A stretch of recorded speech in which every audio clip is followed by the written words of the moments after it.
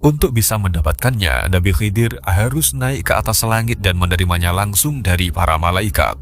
Ketika diserahkan, kelima benda pusaka tersebut diletakkan dalam sebuah peti khusus dan bisa muncul kapanpun sesuai dengan keinginan sang Nabi. Dan karena berasal dari langit, maka kelimanya itu memiliki kekuatan yang sangat luar biasa, begitu istimewa dan tak ada yang mampu menandinginya. Siapapun yang berusaha untuk melawannya, maka dia akan tumbang hanya dalam waktu singkat, bahkan dengan satu kali serangannya saja.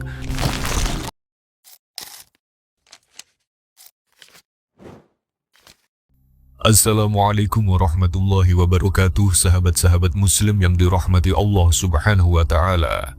Seiring berjalannya waktu, kehidupan manusia di muka bumi ini terus berubah. Sesuai dengan kodratnya, kemampuan yang dimiliki oleh anak keturunan ayahanda Adam alaihissalam pun kian berkurang. Karena itulah Tuhan Yang Maha Esa sudah mempersiapkan skenario yang baru, di mana perjalanan kehidupan di bumi ini, khususnya umat manusia, harus ditunjang dengan benda pusaka yang mumpuni. Dalam hal ini harus pula berasal dari langit, karena apa yang akan diperjuangkan nantinya tidak mudah, butuh sesuatu yang luar biasa dan istimewa. Pada masa akhir periode zaman keempat atau Swargantara, Nabi Khidir alaihissalam memiliki seorang murid yang juga menjadi nabi dengan nama Hadawi alaihissalam. Suatu ketika, Nabi Hadawi alaihissalam mendapatkan tugas dari Nabi Khidir untuk mencari 5 orang kesatria terbaik. Kelimanya itu harus dari ras dan negeri yang berbeda. Jika mereka terbukti layak, maka setiap orangnya akan menerima satu dari kelima pusaka dari langit. Perintah itu berasal dari wahyu yang telah diterima oleh Nabi Khidir dan merupakan tonggak sejarah yang sangat penting hingga pada masa-masa berikutnya. Adapun kelima benda pusaka itu berupa pedang Mulasya, busur panah Tarumsya, tombak Watunsya, kapak Batimsya, dan cincin mustika Agasya. Untuk bisa mendapatkannya, Nabi Khidir harus naik ke atas langit dan menerimanya langsung dari para malaikat. Ketika diserahkan, kelima benda pusaka tersebut diletakkan dalam sebuah peti khusus dan bisa muncul kapanpun sesuai dengan keinginan sang Nabi. Dan karena berasal dari langit, maka kelimanya itu memiliki kekuatan yang sangat luar biasa, begitu istimewa dan tak ada yang mampu menandinginya. Siapapun yang berusaha untuk melawannya, maka dia akan tumbang hanya dalam waktu singkat, bahkan dengan satu kali serangannya saja. Selain itu, setiap pusaka juga memiliki kemampuan yang bermacam-macam dan unik. Semuanya luar biasa dan istimewa, sehingga teramat sulit untuk dihadapi oleh kesaktian ataupun kecanggihan teknologi. Selain kelima jenis pusaka, maka di dalam peti yang diterima oleh Nabi Khidir saat itu terdapat sebuah kitab ilmu pengetahuan. Siapapun yang terpilih menggunakan kelima pusaka langit tersebut bisa memegang dan membacanya, tentulah hanya dengan tujuan untuk kebaikan dan kemuliaan semata. Dan sesuai dengan haknya, maka setiap pusaka kemudian diserahkan kepada para kesatria terbaik dari 5 ras yang berbeda. Kelima orang itu pun tinggal di sebuah negeri yang berbeda pula, sesuai dengan arah mata angin. Dan setelah waktunya tiba, dibangunlah sebuah kuil yang megah untuk menyimpan kelima benda pusaka itu. Kuil tersebut diberi nama Mahudala, dan dengan mantra khusus, bangunan megah tersebut akhirnya menghilang, tak dapat dilihat oleh siapapun yang tidak berhak. Waktu pun terus berlalu dalam hitungan ribuan tahun. Kisah tentang kelima pusaka langit itu akhirnya menjadi legenda dan bahkan dianggap sebagai mitos belaka. Tak ada lagi yang percaya dengan apapun cerita dari kelima benda pusaka sakti itu kecuali hanya sedikit orang saja. Dan mereka itu adalah sosok yang terpilih sebagai penyampai kisahnya agar tidak hilang dari ingatan manusia.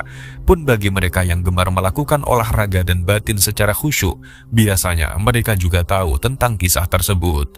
Menurut keterangan yang didapatkan secara turun-temurun, maka kelima pusaka langit itu akan muncul kembali pada setiap kurang lebih 700.000 tahun sekali. Pada saat itu terjadi, maka sebelumnya telah muncul banyak kekacauan di seluruh dunia. Di mana-mana sudah terjadi kemerosotan akhlak dan orang-orang tidak lagi mengindahkan hukum dan aturan Tuhan. Mereka sangat memuja materi dan tidak peduli lagi dengan bekal akhiratnya. Hanya segelintir orang saja yang masih tetap berpegang teguh pada kebenaran sejati, dan mereka itu hidup dalam banyak tekanan dan cibiran. Singkat cerita, kehidupan manusia di muka bumi terus berlanjut dari zaman ke zaman dan akhirnya sampai juga di awal periode zaman ke-6 atau Nusantara, tepatnya pada sekitar kurang lebih 700.000 tahun silam.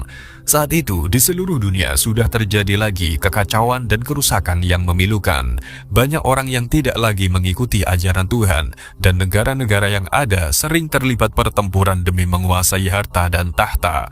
Bahkan, meskipun sudah diperingatkan dengan banyak terjadi bencana alam dan wabah penyakit, tapi mereka tak juga mau sadar diri. Hidupnya selalu dipenuhi dengan kesenangan duniawi dan berbagai hal yang sia-sia. Dalam kondisi yang pelik itulah muncul 5 orang begawan dari alam keabadian. Mereka telah mendapatkan tugas untuk membimbing 5 pemuda agar menjadi pantas menggunakan kelima benda pusaka langit. Dan sama dengan waktu sebelumnya, maka kelimanya itu berasal dari ras yang berbeda. Mereka pun hidup di negeri yang berbeda, dengan tradisi dan budaya yang juga berbeda.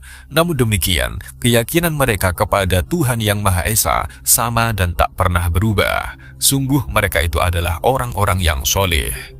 Sesungguhnya, bangunan kuil Mahudala itu berhubungan dengan kelima buah kuil yang berada di tempat lain. Untuk bisa menemukan kuil Mahudala, maka siapapun harus bisa menemukan satu dari kelima kuil lainnya terlebih dahulu. Setiap kuil berada di tempat yang berbeda, yang posisinya sesuai dengan arah mata angin. Artinya, jika seseorang berada di kawasan timur bumi misalnya, maka ia harus mencari kuil yang ada di kawasan timur saja. Tak perlu ke kawasan lain. Bila telah menemukannya, maka ia baru akan bisa menemukan kuil Mahudala dalam waktu singkat. Sebab, di dalam kelima kuil yang tersebar di keempat penjuru mata angin itu, terdapat portal teleportasi menuju ke kuil Mahudala. Sungguh, kuil Mahudala dibangun dengan sangat megah, terbuat dari batu marmer berwarna putih dengan bentuk bangunan limas atau piramida yang berundak-undak, yang memiliki ruangan khusus di dalamnya. Ada banyak undakan di sini, dan setiap undakannya, satu undakannya tingginya kurang lebih 25 meter ukuran kita, bisa disebut level 1. Ada jeda datar pada setiap levelnya, dan di keempat sudut bangunannya terdapat candi yang cukup tinggi dan menyerupai bentuk bangunan candi Prambanan, atau dalam skala yang hampir sama. Dan untuk bisa naik di setiap levelnya, maka telah disediakan anak tangga pada keempat sisi luar bangunannya.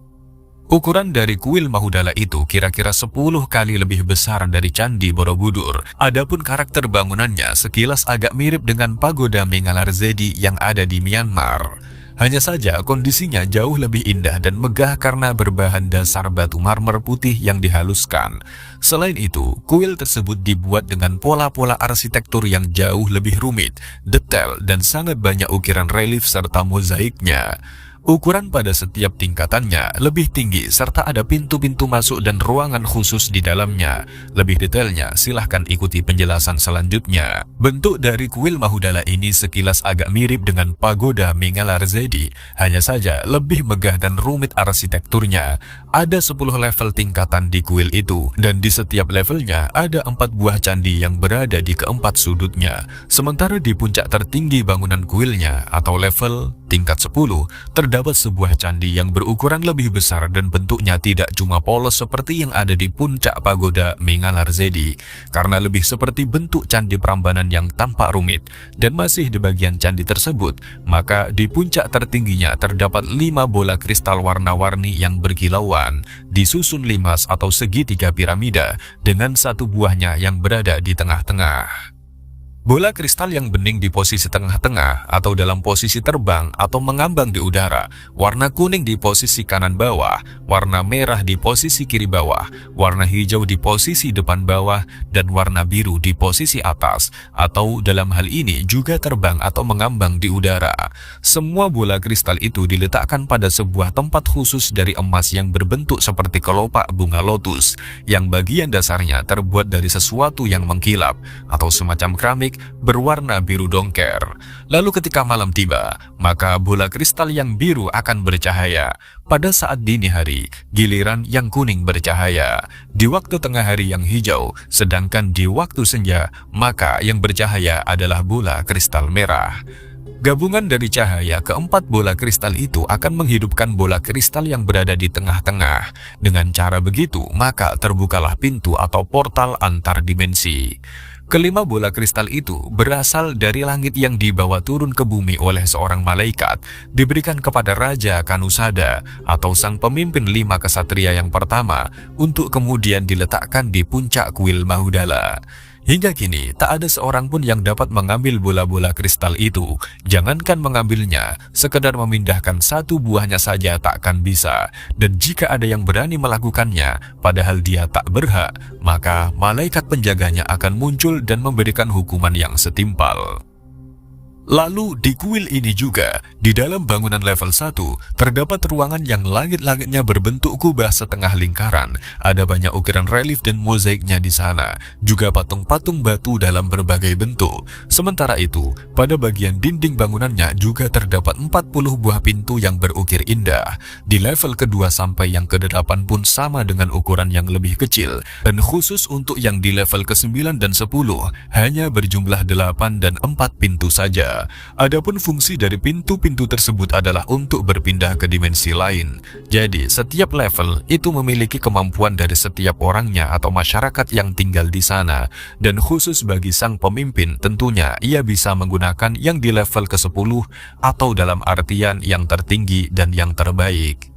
Tentang sejarahnya, kuil Mahudala ini sebenarnya dibangun oleh para kesatria yang pertama kali memegang kelima pusaka langit selama 7 hari 7 malam. Dimulai dari mengumpulkan batu marmer putih dari ke-8 penjuru bumi sebanyak 10 juta buah dengan ukuran dan bentuk yang beragam. Selanjutnya, pembangunan kuil dikerjakan oleh bangsa jin sesuai dengan bentuk atau desain arsitektur yang telah ditentukan. Kuil itu dibangun tepat di ibu kota kerajaan Timasuda pada tahun ke-90 masa kepemimpinan dari Raja Kanusada atau sang pendiri kerajaan sekaligus pemimpin dari para kesatria yang memegang kelima pusaka langit. Setelah kuilnya selesai didirikan, bangsa jin yang membangunnya segera pamit untuk kembali ke alamnya. Mereka pun tak pernah berurusan lagi dengan kuil itu kecuali memang sangat diperlukan.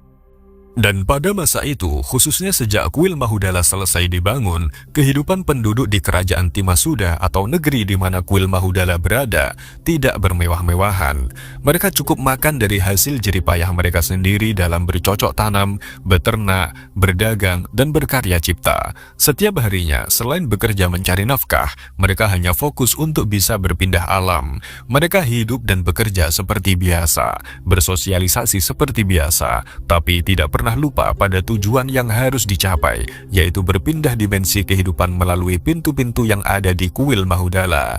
Ini pula cara khusus bagi mereka untuk bisa moksa. Dan tentunya mereka selalu mengukur diri, karena tidak sembarangan orang bisa berpindah dimensi dengan cara melewati pintu-pintu di kuil Mahudala itu. Butuh latihan yang tekun dan kesiapan diri yang paripurna. Selain berfungsi sebagai tempat untuk berpindah dimensi, kuil Mahudala itu juga menjadi tempat untuk menyimpan kelima benda pusaka dari langit. Hanya bagi yang terpilih saja yang bisa memakai kelima benda pusaka itu, dan mereka harus berasal dari 5 ras yang berbeda. Dan karena akhirnya kuil Mahudala itu menghilang dari pandangan, maka siapapun yang ingin tiba di kuil agung tersebut harus lebih dulu menemukan kelima kuil lainnya. Dengan menemukan kuil-kuil itu, maka terbukalah jalan untuk berteleportasi ke kuil agung yang tersembunyi itu. Adapun tentang bagaimana seseorang bisa sampai ke kuil-kuil tersebut, maka sebelumnya ia haruslah menjadi murid dari 5 orang begawan. Merekalah yang akan membimbing lahir dan batin seseorang agar ia siap dan pantas menerima salah satu dari kelima pusaka langit. Mengenai detail lokasi dari kuil Mahudala tak bisa kami jelaskan di sini. Ada protap yang harus dipatuhi. Hanya saja dapat kami terangkan sedikit bahwasanya negeri Timasuda itu, yakni negeri di mana kuil Mahudala berada, terletak di tengah-tengah sebuah pulau yang termasuk ke dalam kawasan Anhariman. Pulau itu dulunya merupakan lautan yang kemudian terangkat.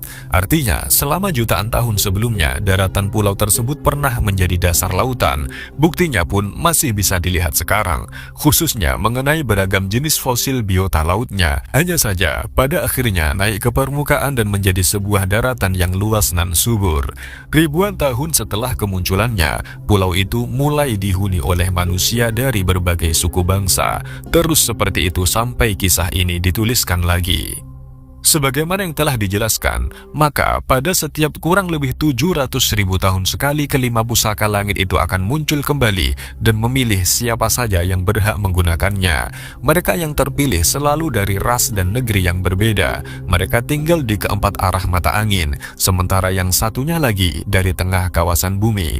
Adapun kemunculan dari kelima pusaka langit itu disebabkan oleh adanya kekacauan di seluruh dunia. Pusaka-pusaka tersebut kelak menjadi alat bantu utama dalam menata kembali kehidupan di bumi. Kelima orang yang terpilih adalah kesatria terbaik yang bertugas mewujudkannya. Merekalah yang berhasil dan pantas menggunakan kelima pusaka langit warisan dari Nabi Khidir alaihissalam. Kemunculan 5 pusaka di sini artinya bisa digunakan kembali oleh para kesatria terpilih untuk menata kembali dunia.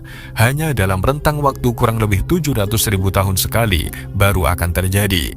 Hal ini sesuai dengan ketetapan dari Yang Maha Kuasa sejak pusaka-pusaka itu diturunkan ke bumi melalui perantara Nabi Khidir alaihissalam dulu. Setelah tugas pertamanya usai, maka setelah kurang lebih 7.000 tahun menjaga ketertiban dunia, akhirnya harus menghilang bersamaan dengan raibnya kuil agung Mahudala. Begitupun selanjutnya, terus berulang pada setiap kurang lebih 700.000 tahun sekali dari masa akhir periode zaman keempat atau Swargantara, lalu di periode zaman kelima atau Dwipantara, dan akhirnya sampai juga di masa awal periode zaman keenam Nusantara, masa di mana kisah yang dituliskan ini terjadi. Kurang lebih 700.000 tahun silam, pada masa itu di mana-mana telah banyak terjadi kekacauan dan kerusakan yang memilukan. Penyebabnya adalah kemerosotan akhlak dari bangsa-bangsa di dunia, terutama para pemimpinnya. Mereka telah larut dalam kesenangan duniawi, sehingga materilah yang menjadi standar kemuliaan bagi setiap orang. Dan mengenai segala bentuk kecurangan, dusta, korupsi, fitnah, keserakahan, maksiat, takabur, kesyirikan, durhaka, pembunuhan, dan berbagai jenis keburukan lainnya telah menjadi kebiasaan banyak orang. Bahkan mereka sampai merasa bahwa itu bukanlah dosa dan kesalahan yang harus disesali. Makanya dengan tanpa ragu lagi, mereka semakin tenggelam dalam kehinaan. Pada masa itu, cahaya telah hampir padam, sementara kegelapan semakin meluas. Keadaan yang buruk ini bukan karena hilangnya cahaya suci, melainkan hadirnya kegelapan yang seolah-olah memiliki jiwanya sendiri. Dan kegelapan itu sengaja diciptakan untuk maksud jahat agar dapat merasuki hati dan pikiran, serta demi menguasai peri kehidupan di bumi. Sulit untuk menghindar karena di mana-mana kegelapan sudah menjerat mati hasrat dan kehendak manusia. Bahkan sebenarnya tidak sedikit yang telah dikendalikan olehnya tanpa disadari, sehingga hal ini begitu mirip dengan apa yang terjadi sekarang di seluruh dunia. Namun demikian, meskipun keadaan dunia sudah terpuruk, masih ada beberapa anak muda yang tetap percaya dengan kisah dari 5 buah pusaka langit. Mereka pun yakin bahwa akan tiba masanya bagi siapapun yang terpilih untuk menggunakannya sebagai alat dalam menata kehidupan di bumi. Dan tepatnya pada masa Raja Amayas sedang berkuasa di kerajaan Magaris atau kerajaan yang sangat tersohor pada masa itu, kehidupan di seantero bumi kian memprihatinkan. Bukan hanya karena masalah kesejahteraannya saja, tetapi lebih kepada moral dan tingkah laku umat manusia. Kelima orang pemuda itu memang sangat percaya dengan kisah dari kelima pusaka langit, tapi mereka tidak pernah ngotot agar terpilih sebagai pemegangnya nanti. Justru mereka selalu merasa tidak pantas dan tak pernah sekalipun berusaha untuk mencarinya. Yang mereka lakukan hanyalah terus memperbaiki diri, meningkatkan kemampuan, dan mendekatkan kepada Tuhan Yang Maha Esa. Kisah pun berlanjut. Suatu ketika, 5 orang begawan muncul dari alam keabadian. Mereka bertugas untuk membimbing para kesatria yang berasal dari ras dan negeri yang berbeda. Kelima orang pemuda itu bernama Moda, Saturah, Dante, Astaf, dan Uramis. Mereka tidak saling kenal sebelumnya, karena Moda itu berasal dari negeri Anahita yang ada di kawasan utara. Saturah berasal dari negeri Martaya di kawasan timur. Astaf berasal dari negeri Urdah di kawasan barat. Uramis berasal dari negeri Nafal di kawasan selatan. Sedangkan Dante berasal dari negeri Andulai di kawasan tengah. Atas kehendak dari Tuhan Yang Maha Esa, mereka terpilih sebagai kesatria yang berhak menggunakan kelima pusaka langit yang tersimpan di kuil Mahudala. Tujuannya adalah untuk menegakkan kebenaran dan keadilan di muka bumi. Adapun kisah hidup dari kelima pemuda tersebut jauh dari kesan mewah dan terkenal. Mereka hanyalah orang biasa yang hidup di pedesaan. Apa yang mereka lakukan sehari-hari tak jauh berbeda dengan warga desa pada umumnya. Tak ada yang luar biasa dan menghebohkan. Hanya saja mereka tak pernah mau ikut-ikutan dengan kebiasaan buruk dari kaumnya, terus menghindar dan berusaha untuk dapat lebih dekat kepada Tuhannya. Sedangkan dalam urusan olahraga dan batin, mereka jauh berbeda dari semua orang. Pemahaman mereka tentang spiritual dan hakikat kehidupan juga tak main-main, jauh di atas rata-rata manusia. Dan lebih istimewanya lagi, mereka itu tak pernah bersikap jumawa, angkuh, sombong, congkak atau pamer. Bahkan orang-orang sampai tak menyadari bahwa mereka itu berilmu tinggi dan punya kemampuan yang luar biasa. Sungguh pribadi yang sederhana dan rendah hati. Dan tidak hanya sampai di situ saja, karena dalam kesehariannya mereka pun sering diremehkan. Apa yang mereka sampaikan kerap dianggap sebagai angin lalu, dipandang sebelah mata, walaupun itu adalah kebenaran yang sejati. Banyak orang yang mengabaikan diri mereka lantaran bukan orang kaya, sosok yang terkenal, pejabat, rohaniawan, atau sebagai bangsawan tinggi kerajaan. Bahkan terkadang mereka sampai dianggap gila dan sesat lantaran pemahaman mereka tidak sama dengan kebanyakan orang. Ini dikarenakan mereka sudah memahami hakikat yang sejati. Namun demikian, mereka adalah orang-orang yang sabar dan pemaaf. Apapun yang telah dilakukan oleh penduduk terhadap diri mereka, hinaan, hujatan, dijauhi dan diabaikan, selalu dianggap sebagai tantangan hidup yang harus dihadapi. Mereka tak pernah marah atau membalas kejahatan warga dengan hal yang serupa, tetapi justru bersikap ramah dan tetap ikut serta dalam berbagai kegiatan di kampungnya. Walaupun mereka sering dicuekin, tapi semua itu diterima dengan lapang dada. Begitulah seharusnya sikap dari seorang kesatria yang sesungguhnya, walaupun terasa berat dan menyakitkan. Singkat cerita, kelima orang begawan yang bernama Gasurada, Masurama, Kaswira, Nagirata, dan Timaraya itu langsung menemui para pemuda yang terpilih. Caranya bermacam-macam, dan sebelum menjelaskan semuanya, kelima orang begawan itu harus menguji setiap calon muridnya. Tidak hanya sekali, namun sampai berkali-kali, dan mereka selalu mengubah penampilannya, bahkan wujudnya. Kadang sebagai orang tua atau anak kecil, namun di waktu yang lain sampai berubah menjadi hewan dan tumbuhan. Berbagai masalah atau urusan yang sengaja mereka buat. Semua itu dilakukan untuk memastikan lagi apakah para pemuda itu memang layak menjadi kesatria yang berhak menggunakan kelima pusaka langit. Hanya pribadi yang sabar, tulus ikhlas, berbudi pekerti yang luhur, berhati suci, dan penuh rasa cinta sajalah yang bisa lulus dari ujian para begawan. Dan memang itulah yang paling utama untuk dibuktikan tanpa adanya rekayasa, alias alami dan spontan. Lalu, setelah kelima pemuda itu lulus ujian kepantasan, setiap dari mereka segera dibawa pergi oleh seorang begawan untuk diajari tentang berbagai hal. Lahir dan batin mereka pun ditempa lagi agar bisa menjadi yang lebih baik. Banyak ilmu pengetahuan dan pengalaman yang diberikan, dan semuanya itu hanya atas petunjuk dari Yang Maha Mengetahui. Karena itulah mereka tidak hanya berlatih di satu tempat saja, namun di banyak tempat, bahkan sampai juga ke dimensi lainnya. Semuanya demi menyesuaikan dengan jenis latihan dan tingkat keilmuannya. Ada banyak hal yang berhasil didapatkan oleh kelima pemuda tadi selama mereka berguru kepada para begawan. Semuanya bernilai istimewa dan tak bisa diperoleh oleh setiap orang. Dan karena telah dibimbing oleh sosok yang istimewa, mereka justru semakin rendah hati dan merasa tak memiliki kemampuan apa-apa. Dalam kesadaran diri, tak ada satupun dari mereka yang tidak meyakini bahwa hanya ada satu kekuatan adidaya di dunia ini. Dialah Sang Maha Esa, yang kepadanya sajalah mereka harus tunduk dan berserah diri, dan mereka itu bukanlah apa-apa selain makhluk yang lemah dan tak berdaya. Kisah pun berlanjut. Setelah dirasa cukup, kelima begawan yang melatih para kesatria saat itu memerintahkan agar murid-muridnya segera mencari di mana keberadaan 5 buah kuil yang tersebar di seantero bumi.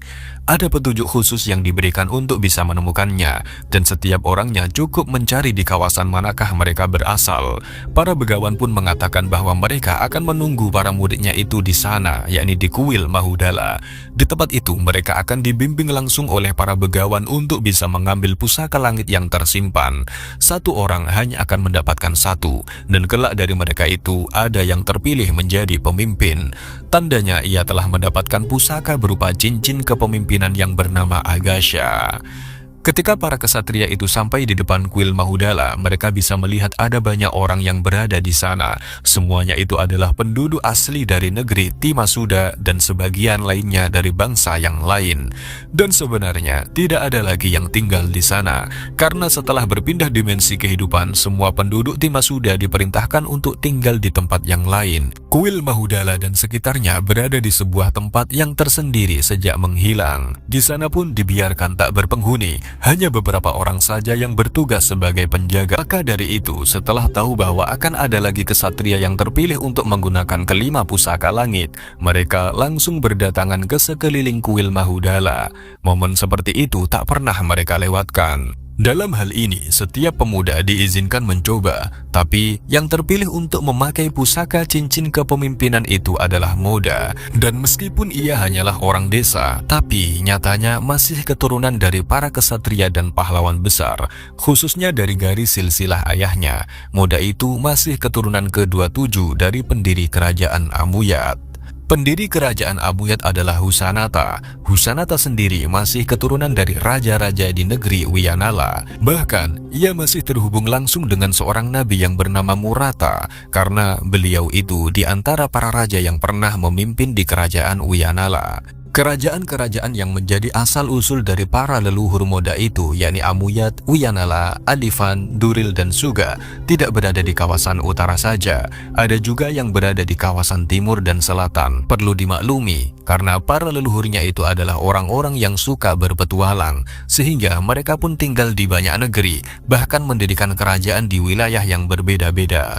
Namun, sejak di masa kakek buyutnya yang bernama Begawan Suta, mereka tidak lagi tinggal di istana dan menjadi penguasa. Sang Begawan dan keluarganya saat itu memilih untuk pergi meninggalkan istana yang megah demi menghilangkan jati dirinya sebagai bangsawan. Semuanya atas petunjuk yang telah ia terima setelah menjalani tapa berata di Gunung Milas. Sejak saat itu, jati diri mereka sebagai kalangan darah biru tak lagi dikenal. Hanya saja secara turun-temurun mereka memegang 3 buah medali khusus sebagai bukti bahwa mereka itu adalah keturunan langsung dari Raja Husanata, sang pendiri kerajaan Amuyata. Dan sebenarnya kakek buyut Moda yang bernama Begawan Suta itu setelah mengetahui bahwa salah satu dari keturunannya akan menjadi pemimpin besar dunia, dialah yang terpilih untuk menggunakan pusaka langit warisan Nabi Khidir alaihissalam. Semua informasi itu didapatkan bersamaan dengan perintah untuk menanggalkan statusnya sebagai bangsawan. Ia dan keturunannya harus menjalani hidup yang sederhana di pedesaan, jauh dari hiruk-pikuk kota dan urusan politik ketatanegaraan. Namun begitu, berbagai ilmu pengetahuan yang penting dari para leluhurnya harus tetap dijaga dan diajarkan dalam keluarganya sendiri. Bahkan terus dicari lagi tambahannya. Mereka tidak boleh sama dengan orang kebanyakan tentang hal ini, karena mereka itu tetaplah sebagai keturunan dari orang-orang yang terbaik. Begitulah asal-usul dari seorang pemuda kampung yang bernama Moda, di mana meskipun tinggal di pelosok desa, hanya sebagai rakyat biasa dan hidup dalam kesederhanaan, tapi ia bukanlah orang sembarangan dan masih keturunan dari para kesatria, raja, begawan, bahkan nabi yang mulia. Terlebih di dalam dirinya sendiri terdapat bakat dan kemampuan yang sangat dibutuhkan oleh seorang yang terpilih. Termasuklah keempat sahabatnya itu, yakni Saturah, Dante, Astaf, dan Uramis. Mereka pun berasal dari garis keturunan yang istimewa. Hanya saja tak bisa kami terangkan semuanya di sini karena terlalu banyak. Singkat cerita, setelah Moda terpilih sebagai pemimpin dari para kesatria pemegang pusaka langit, tak lama kemudian ia dan keempat sahabatnya itu mulai mengatur agenda tugas, apa yang harus dilakukan, dan negeri-negeri manakah yang terlebih dahulu diperbaiki. Dalam hal ini, meskipun para guru begawan masih berada di kuil Mahudala, tetapi mereka tidak memberikan petunjuk apapun. Sambil tersenyum, mereka semua hanya melihat para muridnya itu dalam mengatur strategi. Dan sejak saat itu, apapun yang terjadi di seluruh bumi menjadi tanggung jawab dari kelima orang kesatria itu. Dan setelah dirasa cukup, kelima begawan segera menghilang dari pandangan untuk kembali ke tempatnya lagi di alam keabadian. Maka tibalah waktunya bagi Moda dan para sahabatnya untuk mulai bergerak. Awalnya, mereka akan menyampaikan ajaran dan anjuran yang baik-baik kepada penduduk negeri yang bersangkutan. Jika tidak diindahkan, perang terbuka adalah pilihan yang tak bisa ditolak. Mereka akan memerangi siapapun yang berbuat zalim ataupun senang dengan keburukan. Dan karena mereka telah dipilih sebagai pemilik dari kelima pusaka langit, maka hanya dalam waktu yang relatif singkat, negeri-negeri yang mereka perangi berhasil ditaklukkan. Setelah itu, barulah mereka tata ulang kembali negeri tersebut, baik dalam urusan ketatanegaraan maupun kehidupan sosialnya. Tak ada yang bisa mencegahnya, karena apapun yang mereka lakukan saat itu telah direstui oleh Tuhan. Pada masa itu, peradaban manusia sudah tinggi. Makanya, dalam setiap pertempuran yang dilakukan, kelima orang kesatria dan pasukannya harus menghadapi musuh yang memiliki teknologi canggih. Jadi, selain menggunakan kemampuan ilmu kanuragan dan kadigdayan, saat itu mereka yang terlibat pertempuran juga mengandalkan beragam jenis peralatan dan senjata. Misalnya meriam, tank baja, dan pesawat tempur. Semuanya berteknologi canggih, bahkan melebihi yang ada sekarang. Tidak butuh waktu yang terlalu lama bagi para kesatria pilihan itu untuk bisa mewujudkan ketertiban dunia. Meskipun tidak mudah, namun di setiap pertempuran mereka selalu menang. Dan selama berjuang, maka seiring berjalannya waktu, mereka dibantu oleh para kesatria lain yang sudah menantikan kemunculan 5 sosok kesatria utama tersebut.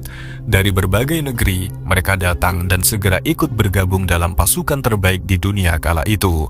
Makanya tak ada negeri yang dapat menandingi kekuatan dari pasukan 5 kesatria atau yang diberi nama Umastra. Dan ketika mereka sudah berniat untuk menumbangkan sebuah rezim, maka tak lama kemudian hal itu bisa terwujud. Bahkan walaupun seorang raja memiliki pasukan yang besar, persenjataan yang lengkap, dan ia dibantu oleh serdadu kegelapan yang mengerikan, semuanya akan dihajar habis-habisan sampai akhirnya menyerah.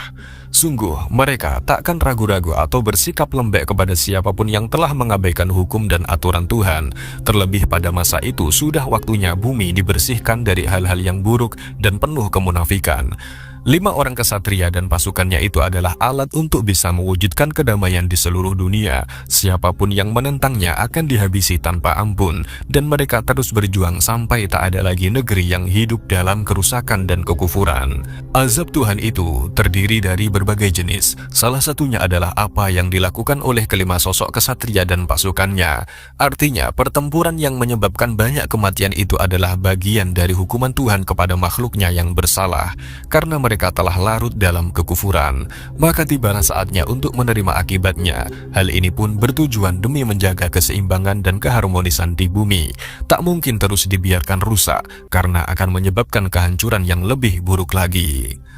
Setelah tugas menata kembali di dunia usai dilaksanakan, maka tibalah saatnya bagi kelima orang kesatria dan pasukannya untuk membangun sebuah negeri tersendiri yang permai. Dengan cara-cara yang menakjubkan, semua bangunan dan tata kotanya bisa terwujud hanya dalam waktu yang relatif singkat. Negeri tersebut lalu diberi nama Agaruta, atau yang berarti kejayaan yang gemilang.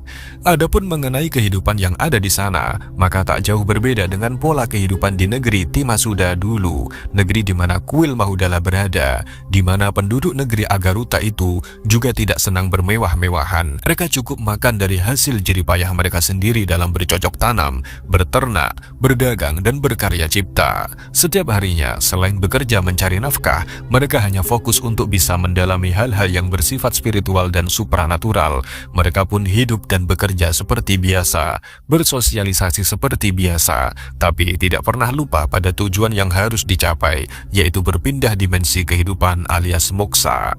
Hingga akhirnya setelah kurang lebih 3000 tahun berdiri, negeri Agaruta dan penduduknya diizinkan untuk berpindah dimensi kehidupan. Sejak waktu itu mereka hanya menjadi sejarah dunia yang tetap diingat selama ribuan tahun, sedangkan kelima pusaka langit yang pernah dipegang oleh Moda dan kawan-kawannya itu segera kembali ke tempat sebelumnya di kuil Mahudala.